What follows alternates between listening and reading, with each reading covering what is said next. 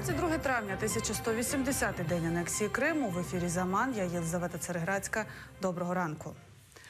Станом на 16 годину 21 травня гарячу воду жителям Оболоні не відновили. Нагадаю, на проспекті Героїв Сталінграду сталася аварія на тепломережі. Через витік води у ґрунт провалився асфальт. Без гарячої води залишилося десятки житлових будинків, кілька шкіл та дитячі садки. На сайті Київської мерії з'явилося повідомлення про те, що постачання гарячої води відновлять до ранку 20 травня.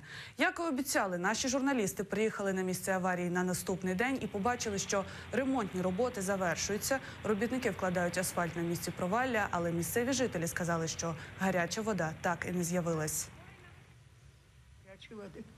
Это еще с утра не было включено. Труба холодная была в ванной. Ще не дали.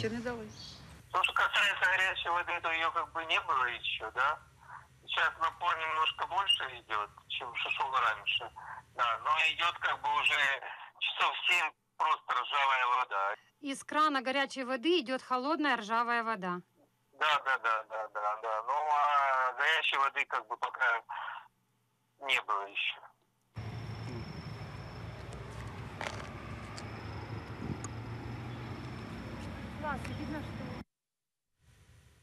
Порошенко підпише амністію. Під таким гаслом пройшов автопробіг з Контрактової площі до маєтку президента України у Козині. Люди вимагали підписати закон про амністію для бійців АТО. У акції брали участь Правий сектор, Національний корпус, Легіон Свободи, громадська організація С-14 та ветеранські організації.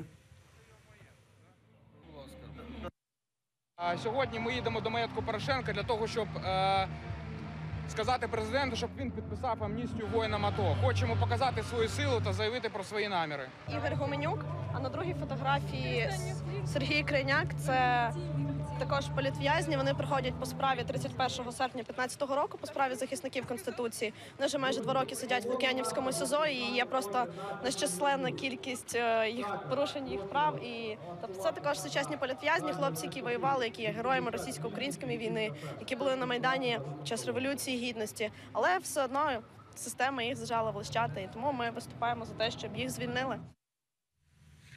Наша журналіст Світлана Паламарчук сьогодні буде зв'язуватись з адміністрацією президента, щоб дізнатися їх реакцію на цей пікет. Більше у сюжеті у вечірніх випусках «Заман».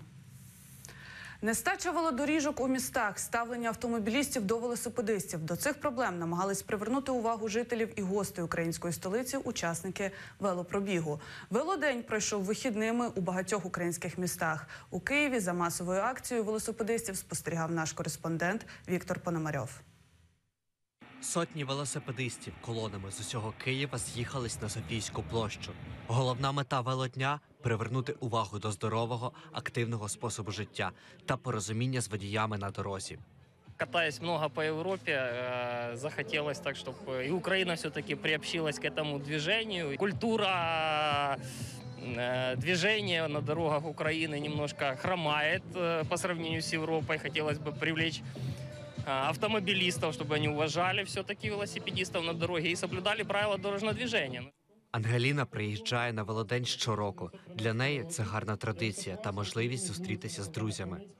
Це своєрідна пропаганда велоспорту і здорового способу життя в Україні і взагалі у цілому світі. Мер Києва Віталій Кличко розповів, що цього року планується нанести близько 300 кілометрів розмітки для велодоріжок. Також він прийняв участь у велопараді, проїхавшись колоною до оновленого велотреку. Київ стає потрошки велосипедною столицею. Все більше і більше людей використовують велосипед, рухаючись на роботу, відпочиваючи. Я розумію, що інфраструктура міста Києва на сьогоднішній день недостатньо розвинута, і це є нашим завданням. Зараз вводимо в експеримент, який працює достатньо ефективно у всьому світі, коли смуги громадського транспорту також виділяється смуга для велосипедистів. Велосипедисти створили фігуру знаку номер 412 з правил дорожнього руху – велосипедна доріжка, щоб показати, що Київ, на їхню думку, велосипедне місто. Наостанок – традиційне групове фото з нагоди велодня. Віктор Пономарьов, Асан Емінов, Заман, АТР. У Криму штормове попередження. У зв'язку з сильними дощами та грозами вода у річках може піднятися на 1 метр. Рятувальники закликають кримчан і гостей півострова дотримуватися правил безпеки, не підходити до потоку річок, особливу увагу приділити безпеці дітей і літніх людей. На цю годину це все. Гульсум Халілова та Лідія Полянська вже готові допомогти прокинутися у програмі «Уян Халкем Уян». Наступний випуск новин о 8 годині. Залишайтеся з АТР.